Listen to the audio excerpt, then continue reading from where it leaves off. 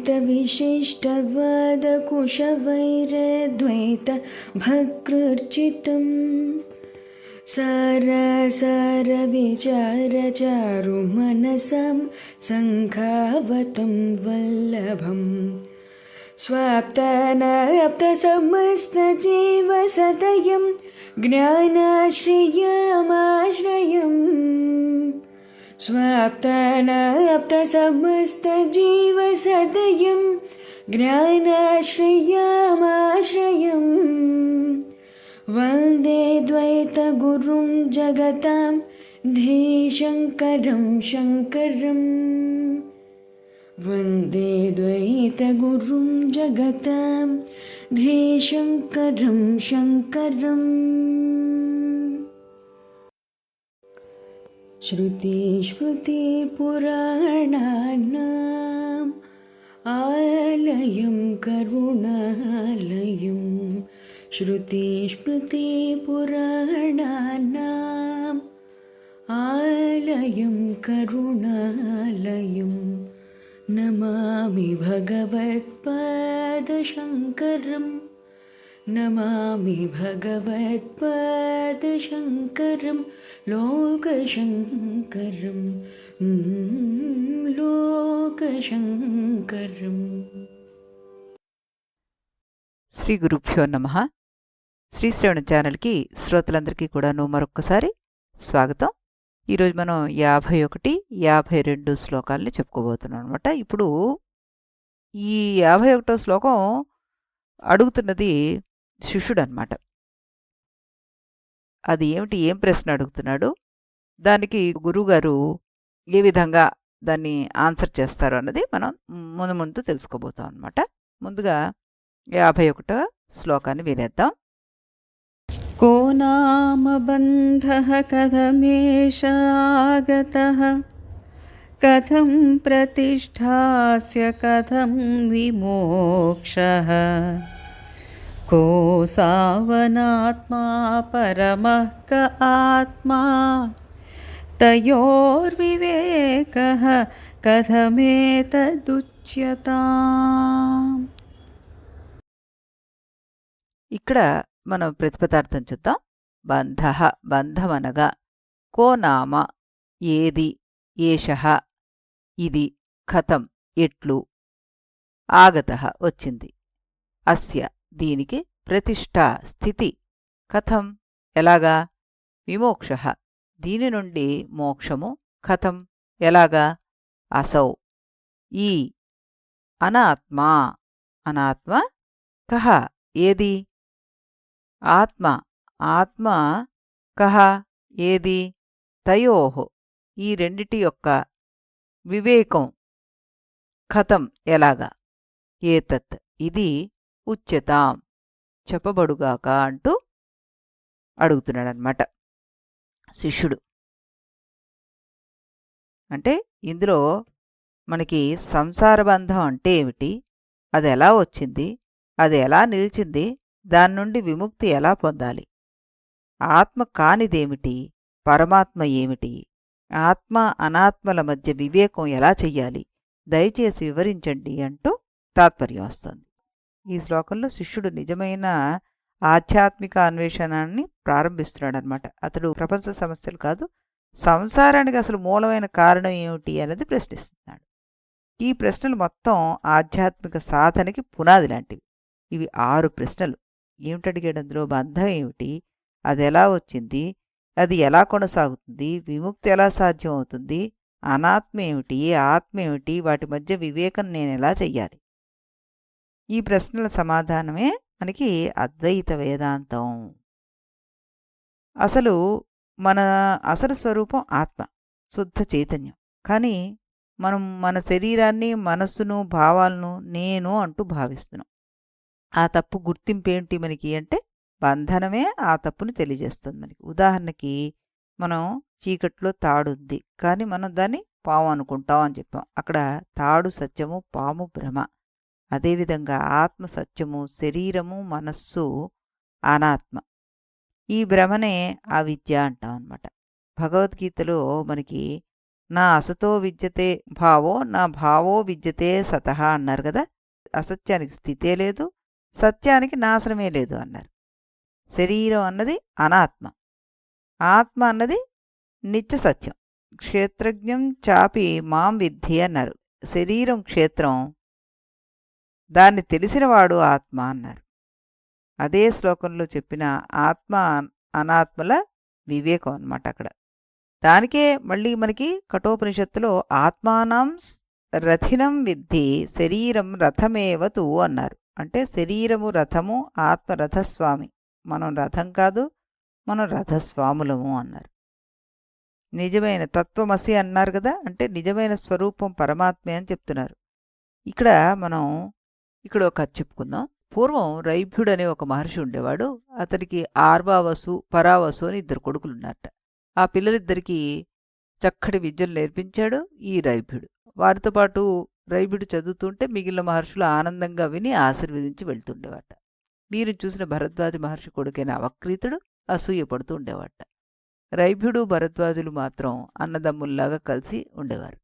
తండ్రులిద్దరూ చక్కగా మంచి స్నేహంతో ఉండేవారు. అవక్రీతుడు అన్ని వేదాలు రావాలని ఇంద్రుడి గురించి తపస్సు చేశాడు. కానీ ఇంద్రుడు, నాయన వేదాలు గురుముఖంగానే నేర్చుకోవాలి, కానీ తపస్సు ద్వారా సాధ్యపడదు అని ఎంతగానో నచ్చ చెప్పినా ఇతను వినలేట. చేసేదేమీ లేక ఇంద్రుడు, నువ్వు కోరినట్టుగానే వరం ఇస్తాను, కానీ ఆ వేదాలు నీకు ఎంతవరకు ఉపయోగపడతాయో మాత్రం నాకు తెలియదు, నేను మాత్రం చెప్పలేను అంటూ ఖచ్చితంగా చెప్పేశాట. అవక్రీతుడికి వేదాలు వచ్చాయన్న గర్వం పెరిగిపోయి ఒకరోజు రైభ్యుడు కోడల్నే అవమానించట.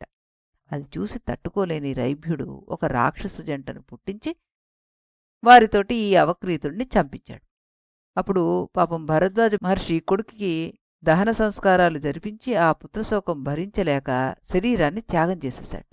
ఇది ఇలా ఉండగా ఒకరోజు రైభ్యుని కొడుకు ఇంటికి వస్తుండగా ఒక మృగం అతని మీదికి వస్తుంటే చేతిలో కర్రను దాని మీదికి విసరగా అది అక్కడే నిద్రపోతున్న రైభ్య మహర్షికి తగిలి ఆయన చనిపోయారు.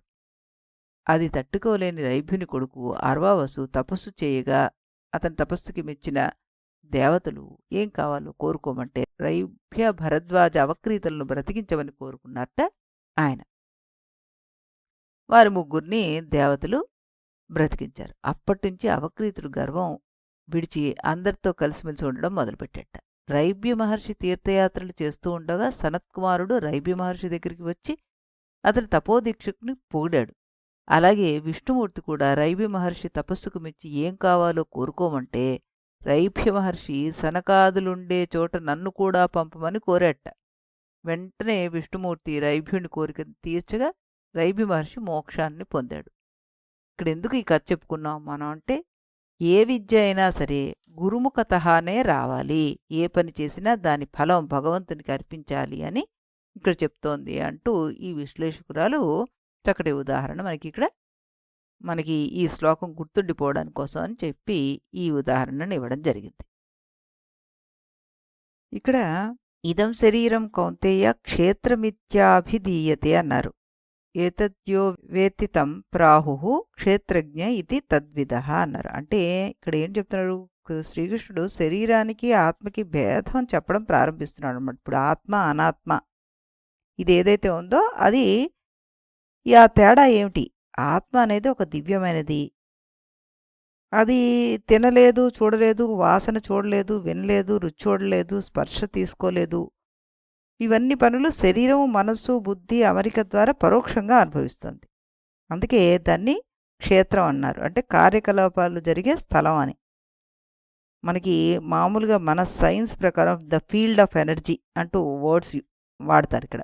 ఒక అయస్కాంతం, దాని చుట్టూ అయస్కాంత క్షేత్రం ఎలా అయితే ఉంటుందో, ఒక మ్యాగ్నెటిక్ ఫీల్డ్ ఎలా ఉంటుందో, ఒక మ్యాగ్నెటిక్ ఫీల్డ్ అది ఎలా విద్యుత్తును పుట్టిస్తుంది, దానికి శక్తి క్షేత్రం ఉంటుంది. ఇక్కడ జీవుణ్ణి కార్యకలాపాలకు ఒక శరీరం ఆధార స్థానంగా తీసుకున్నారు కాబట్టి ఇక్కడ క్షేత్రం అన్నారు దీన్ని. ఆత్మ అనేది శరీర మనోబుద్ధుల కంటే కూడాను వేరైనది. దివ్య స్వభావాన్ని మర్చిపోయి అది తన యొక్క ప్రాకృతిక పదార్థాలతోటి అనుసంధానం చేసుకుంటుంది. అయినా దానికి దేహం యొక్క జ్ఞానం ఉండడం చేత అది క్షేత్రజ్ఞుడు అని పిలువబడుతున్నాడు. అంటే శరీరం తెలిసినవాడు అని పిలువబడుతున్నారు. ఇంద్రియాతీతముగా ఆత్మతత్వం అందే స్థితిలై ఉండి దేహం కన్నా వేరేగా ఉన్న తమ యొక్క విలక్షణ గుర్తింపును తెలుసుకోవాలనే ఆరాటంతో ఈ 6 ప్రశ్నలను వేయడం జరిగింది ఈ శిష్యుడు. దానికి సమాధానం ఏం చెప్తారు ఈ గురువుగారు? ప్రహ్లాదుడు కథ తీసుకుంటే మనకి హిరణ్యకశిపుడు తన శరీరమే నిజమైన శక్తి అనుకున్నాడు. ప్రహ్లాదుడు దైవమే నిజమైన శక్తి, ఆత్మే నిజమైన శక్తి అనుకున్నాడు.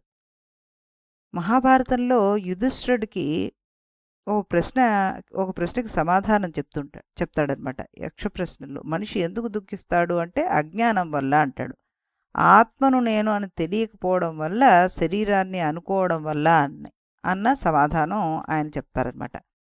ఆ రకంగా అసలు ఈ శరీరం నేనా కాదా అనే ప్రశ్న ఉద్భవించిన తర్వాత 6 ప్రశ్నలు వరుసగా వచ్చేసాయి.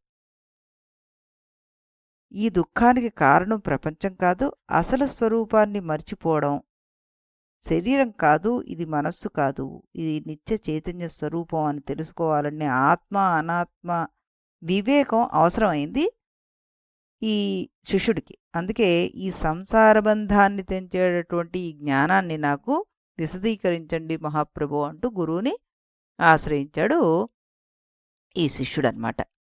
ఇప్పుడు మనం గురువుగారు ఏం సమాధానం చెప్తున్నారో తెలుసుకుందాం.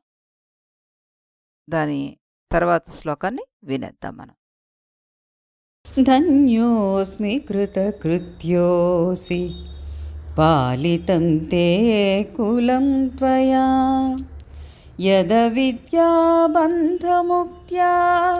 బ్రహ్మీ భవతుమిచ్చసి. ఇక్కడ గురువుగారు చక్కగాను ఈ శిష్యుడిని పొగుడుతున్నారనమాట. ఎందుకు ప్రశంసిస్తున్నారు అన్నది మనం ఈ ప్రతిపదార్థం విన్న తర్వాత తెలుసుకుందాం. ముందుగా ప్రతిపదార్థాన్ని చూద్దాం. శ్రీ గురువు ఉవాచ పలికెను. ధన్యః ధన్యుడవు, అసి అయ్యావు అంటున్నాడు. ధన్యుడు అయ్యావు అని శిష్యుడితో అంటున్నాడు అనమాట. కృతకృత్యుడవు అసి అయ్యావు, త్వయా నీ చేత, తే నీ యొక్క, కులం వంశము, పాలితం పవిత్రము చేయబడింది, యత్ ఏ కారణం వల్ల, అవిద్యాబంధముక్త్యా అవిద్యాబంధము యొక్క ముక్తి చేత, బ్రహ్మీభవితుం బ్రహ్మయొకుట, ఇచ్చసి కోరుచున్నావో, నువ్వు ఏ విద్యనైతే కోరుతున్నావో దానివల్ల నీ వంశం పవిత్రమైందయ్యా అంటూ ఆయన్ని ప్రశంసిస్తున్నాడు అనమాట. నీ మనస్సులోంచి ఇలాంటి చక్కటి ప్రశ్నలు ఉద్భవించాయి అంటే నువ్వు చక్కటి మార్గంలో ఉన్నావు అంటూ ఆయన్ని ప్రశంసిస్తున్నాను అనమాట. ఏమంటున్నారు? నువ్వు ధన్యుడివి, నువ్వు కృతార్థుడివయ్యావు, నీవు అవిద్యాబంధనాల నుండి విడివడిపోయి బ్రహ్మభావాన్ని పొందాలని అనుకుంటున్నావు కాబట్టే నీ వల్ల నీ వంశం అంతా కూడా పవిత్రమవుతుంది అంటూ చక్కటి అభయం ఇచ్చేశారు శిష్యుడికి. ఇక్కడ స్వప్రయత్నము అవసరం అవుతుంది అంటూ చెప్పడం జరుగుతోందనమాట. నాయన, చిత్తశుద్ధితోటి వైరాగ్యాన్ని పొంది మోక్షాపేక్ష ఎక్కువగా చూపుతున్నావు కనుక నీ జన్మ సార్థకం అవుతుంది, బ్రహ్మానుభవం నీకు లభిస్తుంది అంటూ ఆయన భరోసా ఇస్తున్నారు. ఇక్కడ మనకి గురువుతోటి చెప్పబడిన వాక్యాలు శ్రీ గురువాచ అంటూ మొదలు పెడతారు దీన్ని. అంటే శ్రీయుత గురుహు శ్రీ గురుహు, శ్రీ కల గురువు అన్నమాట. ఇక్కడ శ్రీ అంటే ఈయనకి ఐశ్వర్యం. ఈ ఐశ్వర్యం ఏమిటి అంటే ఈ ఋగ్ యజు సామ వేదాలన్నీ కూడాను ఈయన ద్వారా అధ్యయనం చేయబడి సకల వేదాంతాలను వాటిచే ప్రతిపాదవుతున్న అర్థాన్ని సాక్షాత్కరించుకున్నవాడు కాబట్టే శ్రీమంతుడు అని వేరేగా చెప్పాల్సిన అవసరం లేదు. శ్రీయుతుడు ఈ గురువు అంటూ ఇక్కడ చెప్పడం జరిగిందనమాట. సూర్యాది సకల తేజస్సుల భావనకు హేతుగా బ్రహ్మ తేజస్సుతో సంపన్నుడు అని ఇక్కడ గురువుకి అర్థాన్ని చెప్పారు ఆయన. శిష్యుడి అంతఃకరణంలో అంధకారాన్ని తొలగింపగలిగినటువంటి శ్రీ గురువు శిష్యుని ప్రశ్నకు ఉత్తరాన్ని చెప్పారు ఇలాగా అంటూ తర్వాత చెప్తున్నారు. అతడు మొదట అతని మనస్సును వికసింపచేయడానికి అంటే ఆనందింపజేయడానికి ఆ శిష్యుణ్ణి శ్లాఘిస్తున్నారు అంటూ ధన్యః అంటూ ఆయన పదాన్ని అక్కడ వాడారన్నమాట. విద్వాంసులకు వైరాగ్యం రావడమే ఒక భాగ్యం కింద అర్థం చేసుకోండి అంటూ చెప్తున్నట్టు. అందుకు కారణం కృతకృత్యోసి అన్నారు. శాస్త్రవిహితములైన కర్మలను అనుష్ఠించడం చేత శుద్ధచిత్తుడు అయ్యావు అని అర్థం చెప్తున్నారనమాట అందులో. తర్వాత ఆయన ఏం వాడారు? కులం పవిత్రం జననీకృత అర్థ అన్నారు. అంటే ఎవడి మనస్సు అయితే అపార సచ్చిసుఖసాగరంలో ఉంటుందో, ఆ పరబ్రహ్మయందు లీనమైందో అతని కులం పవిత్రం అవుతుంది అంటూ చక్కగా చెప్పారనమాట. ఎవరి మనస్సు అయితే క్షణకాలమైనను బ్రహ్మ విచారణనందు స్థిరంగా ఉంటే అతడు సమస్త తీర్థాల యందు స్నానం చేసినట్లే అంటున్నారు. భూమినంతా దానం చేసినట్లే అంటున్నారు. సకల దేవతలను పూజించినట్లే అంటున్నారు. అతను తన పితృదేవతలందరినీ ఈ సంసారం నుండి ఉద్ధరించినట్టే అంటున్నారు. అతడే ముల్లోకాలకి పూజ్యుడవుతాడు అంటూ చెప్తున్నారు ఆయన. అతనికి ఇంకా ఇప్పటికీ జ్ఞానం కలగకపోయినా కూడాను అతడు ఉత్తమాధికారుడయ్యాడు అక్కడ గురు ఉపదేశానికి. అది విన్న వెంటనే ఆయన జ్ఞానవంతుడైపోతాడు. ఇక్కడ పరిపక్వమైన బుద్ధి గలవాడికి ఒక్క మాట వింటే అది శృతివాక్యము ఆత్మజ్ఞానాన్ని కలిగించడానికి అని మాధవీయ శంకర విజయాల్లో శ్రీమద్ ఆచార్యులు వారు చెప్పారు అంటూ మనకిక్కడ పుల్లెల శ్రీరామచంద్ర గురువర్యులు తెలియజేస్తున్నారనమాట. అంటే పరిపక్వమైన షట్సంపత్తిని సాధించినటువంటి వాడు, పూర్తిగా ఇంకా వైరాగ్యంలోకి వచ్చేసినటువంటి వాడు చివరి ముక్కల కోసం వెయిట్ చేస్తున్నాడు అనమాట. అవి ఈ శృతి వాక్యాలు కొంచెం వినగానే ఆయనకి ఆత్మజ్ఞానం కలుగుతుంది అంటూ మన గురువర్యులే చెప్పారు అంటూ పుల్లెల శ్రీరామచంద్రులు వారు ఇక్కడ మనకి చెప్పడం జరిగిందనమాట.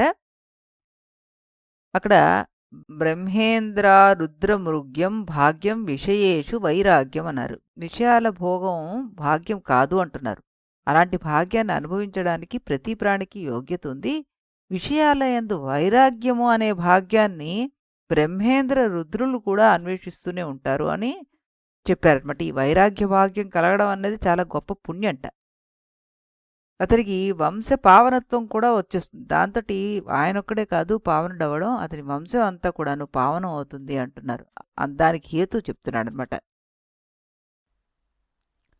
ఇక్కడ ఏం చెప్తున్నారు అంటే, ఏ కారణం వలన అవిద్యాకృతమైనటువంటి అహంకారాది దేహపర్యంతమగు బంధాన్ని త్యజించడం చేత బ్రహ్మస్వరూపంతోనే ఉండడానికి కోరుకుంటున్నాము. తీవ్ర వైరాగ్యానంతరం కలిగిన తీవ్ర ముముక్ష అది అని చెప్పబడుతుంది అన్నమాట. ఇలాంటి వారు ఈ జన్మలోనే పరబ్రహ్మ సాక్షాత్కారాన్ని సంపాదించుకొని కులాన్ని జగత్తుని పవిత్రం చేస్తారు అంటూ చెప్పారు. ఇక్కడ ఏమంటున్నారంటే, బ్రహ్మయే జీవుడుగా ఉండడం చేత సర్వదా బ్రహ్మభావం ఉండడం ఉంది, కానీ అది ఉన్నట్లుగా మనకి విషయం తెలియట్లేదు అనమాట. అజ్ఞానవశంచేత మనం బ్రహ్మయే అబ్రహ్మలాగా మనకి కనబడుతుంది అనమాట. జ్ఞానం కలిగిన తర్వాత బ్రహ్మగానే ఉన్నట్లుగా మనకి తెలుస్తుంది. కాబట్టి ఈ బ్రహ్మభావము పూర్వం లేనిది కొత్తగా వచ్చింది అనే అనుకోక్కర్లేదు మనం. అది మనకి కప్పబడిపోయింది అని అనుకుంటే సరిపోతుంది అంటూ ఇక్కడ చెప్పడం జరుగుతుందన్నమాట. అంటే తన నిజస్వరూపాన్ని మళ్ళీ తాను తెలుసుకోగలుగుతాడు. ఆ తెలుసుకోగలడానికి చేసే విచారణ ఏదైతే ఉంటుందో అదే ఆత్మవిద్య.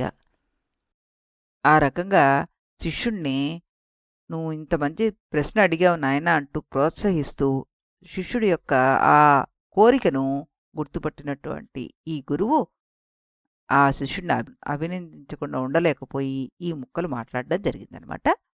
మళ్ళీ రేపు అతను ఈ స్వప్రయత్న ప్రాధాన్యం గురించి ఏం చెప్తారో తెలుసుకుందాం మనం. ఆ గురువాక్యాలని రేపు విందాం మనం. అంతవరకు స్వస్తి. ఇది గురువాక్యం, ఇది గురువాక్యం, విధి వేదాంతం విదితారకమితి బ్రహ్మము. ఇది గురువాక్యం, విధి వేదాంతం విదితారకమితి బ్రహ్మము. ఇది మొదలిది నడుమిది తొది తెలిసిన వాడేవాడుగా. ఇది మొదలిది నడుమిది తొది